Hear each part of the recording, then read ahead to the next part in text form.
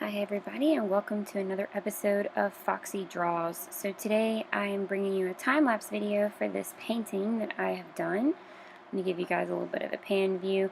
Obviously, since I did it in a time-lapse, you're not going to be hearing me in real time. I'm just going to be explaining to you kind of what I did and my thoughts whenever I was painting this. And so as I've said, I believe that art is a journey.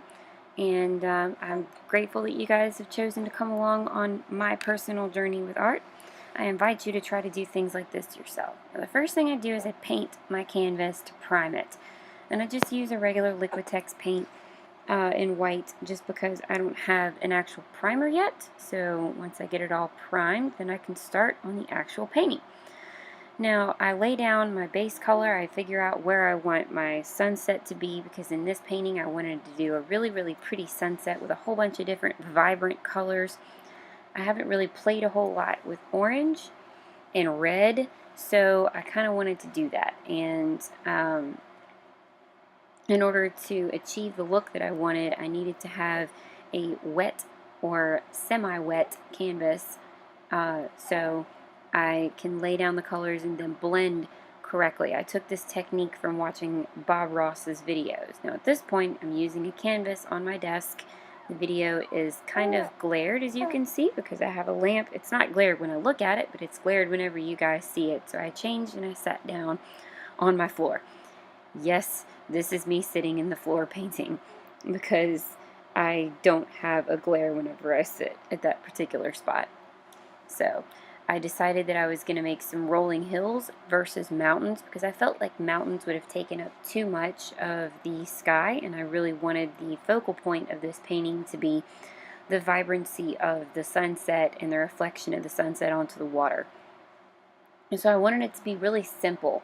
Maybe not a whole lot of forests, maybe not a whole lot of trees, and even though I do love painting happy little trees, but I wanted to put some happy little hills in there for this specific painting. So I'm using a dab of water with my black as well to try and give the illusion that there is a river bank. And you see my son came and decided he wanted to start painting with Mom. So this is my middle child. He is a 1.5 years old. He was making some brush strokes of his own and smudged it in a few places, but you know, I just gave him a little dry brush. And what did Bob Ross always teach us? We don't make mistakes, they're happy little accidents. So Breton's little brush strokes I actually did keep into the final piece of the painting. If you look at it really closely at the very end of this video, then you'll see that there are a couple things on the water that, well, the water was meant to be still and not move. So he put his own little flair in with the water. But for the most part, he likes sitting on my lap and watching me paint and draw, and so does the older one. And the little one really, he just sits in his bouncer. He's about 3 months old in this video. The youngest is my little art buddy. So this is the next day, and I have swapped to a standing canvas. A standing easel, so you guys can see it just a little bit better. I'm going to work on getting some zoom, and I'm putting in, yes, Arlen is giving his input. He's sitting on my lap while I'm doing my voiceover, so if you hear any cute baby sounds, it's probably him.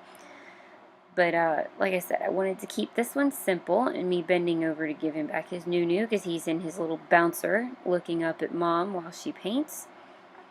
And I decided that I wanted a little bit more land in this painting to give it a little bit more depth.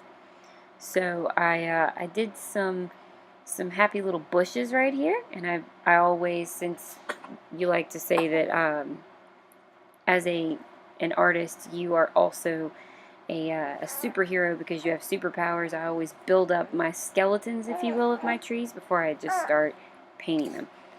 So I put some happy little cattails, and I couldn't resist putting some happy little trees and some happy little grass. So there's my happy little painting. Yep, I have a happy little painting with some happy little hills and a happy little tree or two. Yes, my other son is very, very excited about the flashing colors that are on the screen.